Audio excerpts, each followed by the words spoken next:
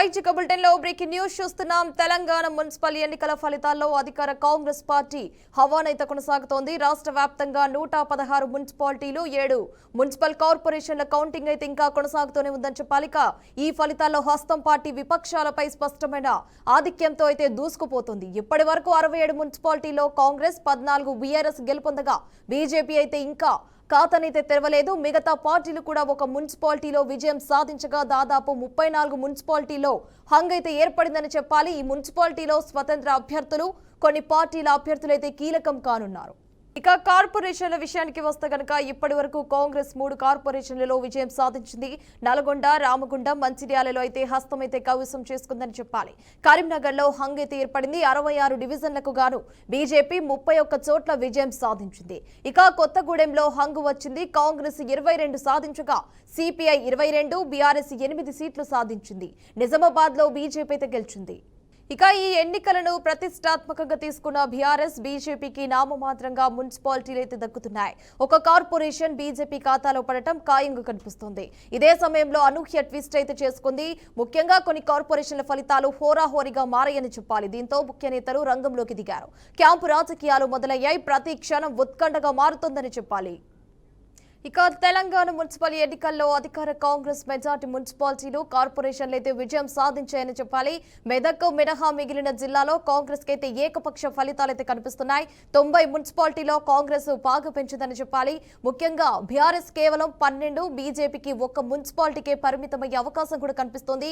7 కార్పొరేషన్లలో 3 కాంగ్రెస్ అయితే గెలుస్తుండగా బీజేపీ 2 స్థానాలు, ఇతరులు మరో స్థానం అయితే దక్కించుకున్నట్లయితే ట్రెండ్స్ అయితే స్పష్టం చేస్తున్నాయి. బీఆర్ఎస్ కు 1 కార్పొరేషన్ కూడా దక్కకపోవడం ఆ పార్టీ నేతలకు అంతు చిక్కడమైతే లేదు. పలు చోట్లనైతే అధికార కాంగ్రెస్ అయినటువంటి ప్రతిపక్ష బీఆర్ఎస్ పార్టీ మధ్యనైతే గట్టి పోటీ అయితే నడుస్తుందని చెప్పాలి. ఇక మరో 12 మున్సిపాలిటీలో కూడా హంగ్ అయితే ఏర్పడిందని చెప్పాలి. ఈ నేపథ్యంలో స్వతంత్ర అభ్యర్థులు, ఎక్స్ అఫీషియో సభ్యులు కూడా కీలకం కానున్నారు. ముఖ్యంగా హంగ్ ఏర్పడిన స్థానాల్లో ఎంపీలు, ఎమ్మెల్యేలు కీలకం కానున్నారు. గెలిచిన వార్డు సభ్యులను కూడా పార్టీలు క్యాంపులకైతే తరలిస్తున్నారు. కొన్ని మున్సిపాలిటీలో స్వతంత్ర అభ్యర్థులైనటువంటి కీలకంగా మారుతున్నారని చెప్పాలి. వారిని తమ వైపు తిప్పుకునేందుకు నేతలు కూడా ప్రయత్నం కూడా చేస్తున్నారు. పరకాల మున్సిపాలిటీ, అలంపూర్, నర్సాపూర్, సంగారెడ్డిలో కూడా జిన్నారం, కేసముద్రం, ఇస్నాపూర్, ఆసిఫాబాద్, జమ్మికుంట, జనగామ, కామారెడ్డి, అమర్చింత మున్సిపాలిటీలోనైతే హంగ్ ఏర్పడిందని చెప్పాలి. ఇక్కడ స్థానిక ఎమ్మెల్యేలు మెజార్టీ కాంగ్రెస్ నుంచే ఉన్నాయి. అదే విధంగా ఎంపీలు బీజేపీ, కాంగ్రెస్ నుంచి కూడా ఉన్నాయి. దీంతో గెలిచిన ప్రతి సభ్యుడు పార్టీలకు కీలకంగా మారుతున్నారు. ఇక బీజేపీ ఎంపీలు ఎక్స్ అఫీషియో ఓటింగ్ లోనైతే ఎవరికి మద్దతు ఇస్తారనేది ఆసక్తి పెంచుతోందని చెప్పాలి. తుది ఫలితాల తర్వాతనైతే ఈ హంగ్ మున్సిపాలిటీల పైన ప్రధాన పార్టీల నేతలు ఫోకస్ చేసే అవకాశం కూడా ఉన్నట్లు కనిపిస్తోంది. ఎగ్జిట్ పోల్స్ కూడా అనుగుణంగానే తుది ఫలితాలు వెల్లడి అవుతున్నాయి. తెలంగాణ మున్సిపల్ ఎన్నికల్లో మంచి ఫలితాలు సాధించామని బీఆర్ఎస్ వర్కింగ్ ప్రెసిడెంట్ అయినటువంటి కేటీఆర్ అయితే తెలిపారు. మున్సిపాలిటీలో 2500కు పైగా స్థానాలు గెలుచుకోబోతున్నామని, 15 చోట్ల సింగిల్ లార్జెస్ట్ పార్టీకనైతే అవతరించబోతున్నామని కూడా చెప్పారు. కలిసొచ్చే లౌకిక పార్టీలను కలుపుకొని ముందుకు వెళ్తామని కూడా తెలిపారు. కాంగ్రెస్ ను నిలువరించే శక్తి, బీజేపీని నిరోధించే శక్తి బీఆర్ఎస్ కే ఉందని, ప్రధాన ప్రతిపక్షమైనటువంటి బీఆర్ఎస్ మాత్రమేనని కూడా స్పష్టం చేశారు కేటీఆర్. రాష్ట్ర వ్యాప్తంగా నిజానికి అధికార పార్టీ ఎన్ని రకాలుగా ఈ ఎన్నికల్లో సామధాన భేద దండోపాయాలు ప్రయోగించే ప్రయత్నం చేసినా వారు స్పష్టంగా ప్రజల మనసు గెలుచుకోవడంలో విఫలమైనారు అని చెప్పుకోక తప్పదు. మరి సాధారణంగా ఎన్నికలు మీరు ముఖ్యంగా పంచాయతీ ఎన్నికలు కానీ మున్సిపల్ ఎన్నికలు కానీ చూస్తే అధికారంలో ఉన్న పార్టీకి ముఖ్యంగా ఇంకో 2-3 ఏళ్ళు ఉండే అవకాశం ఉన్నప్పుడు, అధికారంలో కొనసాగే అవకాశం ఉన్నప్పుడు మరి ఇది అధికార మార్పిడి కోసం జరిగేది కాదు కదా అనే ఆలోచన ఈ మధ్యన దేశవ్యాప్తంగా ప్రజల్లో కనబడుతూ ఉన్నది. కానీ దానికి భిన్నంగా తెలంగాణలో మీరు చూసినట్టయితే మొన్న పంచాయతీ ఎన్నికల్లో 2 ఏళ్ళు తిరగకముందే కాంగ్రెస్ పార్టీకి ప్రజలు బుద్ధి చెప్తూ దాదాపు 40% గ్రామ పంచాయతీలు బీఆర్ఎస్ పార్టీ కట్టబెట్టారు.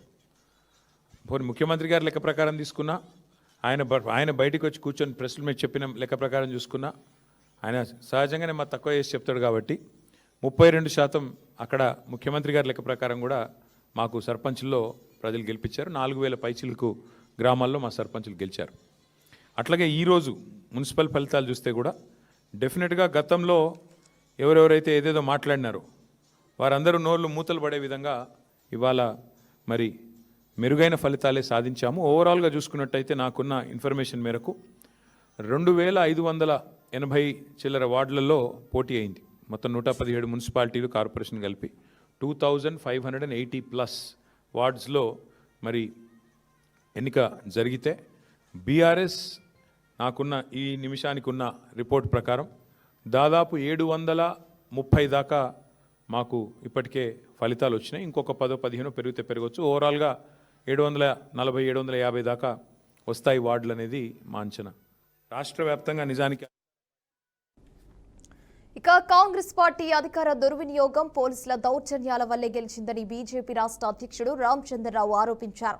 మున్సిపల్ ఎన్నికల ఫలితాలు వెలువడిన నేపథ్యంలో ఆయన మీడియాతో మాట్లాడుతూ బీజేపీ ఓట్ల శాతం దాదాపు 20% పెరిగిందని, బీఆర్ఎస్ ఓట్లు తగ్గాయని పేర్కొన్నారు. చాలా వార్డుల్లో 2 నుంచి 25 ఓట్ల తేడాతో ఓడిపోయామని ఆయన తెలిపారు.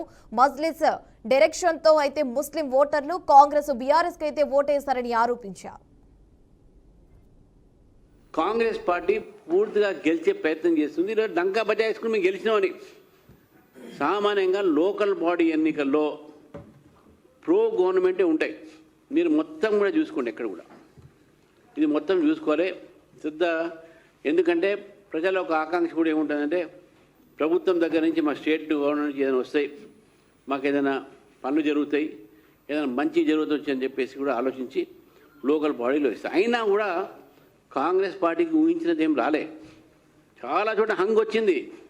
ఇదేం క్లియర్ మెజార్టీ కాదు గవర్నమెంట్కు. బీఆర్ఎస్ పార్టీ కూడా మీరు సెకండ్ వచ్చిన డంకా వేసుకున్నారు. అరే మీకు ఎక్కడ లాస్ట్ టైం మీకు ఎన్ని వచ్చినాయి, ఇప్పుడు ఎన్ని వచ్చినాయి మీకు? లాస్ట్ టైం మీకు ఆర్ ద రూలింగ్ పార్టీ 10 సంవత్సరాలు మొత్తం మీరేనా, మొత్తం మీరు గెలిచిందే. బీజేపీకి 2, కాంగ్రెస్కు 5-10 ఉండే. మరి అక్కడి నుంచి ఎక్కడి దాకా వచ్చింది మీరు? సగం కూడా మీరు లాస్ట్ టైంలో గెలిచిన దాంట్లో సగం కూడా గెలవలేకపోయినా మీరు. మీరు సెకండ్ వచ్చిన బీజేపీ ఈరోజు ఒక స్థానం నుంచి కింది స్థానం నుంచి మీకు దగ్గరలో వచ్చినాం మేము. మీరు పైనుంచి కిందికి వచ్చారు. పెరిగింది బీజేపీ. ఇక్కడ ప్రజలు బీజేపీకు పట్టం కట్టారని చెప్పి భావిస్తా ఉన్నాం. చాలా చోట మా ఓటు షేర్ పెరిగింది. గతంలో మాకు 13% ఓట్లు వస్తే ఇప్పుడు ఉన్నటువంటి లేటెస్ట్ అనాలిసిస్లో, అంటే అది రఫ్గా ఉంటుంది, మన ఎలక్షన్ కమిషన్ నుంచి రాలేదు, మాకు 20% ఓట్లు దాటినాయి. కాబట్టి ఓటు శాతం బీజేపీకి పెరిగింది. మా వార్డ్స్ మెంబర్స్ పెరిగినాయి. మాకు కార్పొరేషన్లో కూడా ఫస్ట్ టైం 2 గెలుస్తున్నాము. చైర్మన్ కూడా మేము స్వతహాగానే ఇండిపెండెంట్ సపోర్ట్తో కొన్ని గెలుస్తున్నాము. ఎక్స్ అఫీషియల్ మెంబర్స్ మా దాంట్లో కూడా 2-3 గెలిచే అవకాశాలు ఉన్నాయి. కాబట్టే ఆదిలాబాద్ కానీ ఇవన్నీ కూడా మేము, ఖానాపూర్ కానీ, బైంసా కానీ ఇవన్నీ కూడా మేము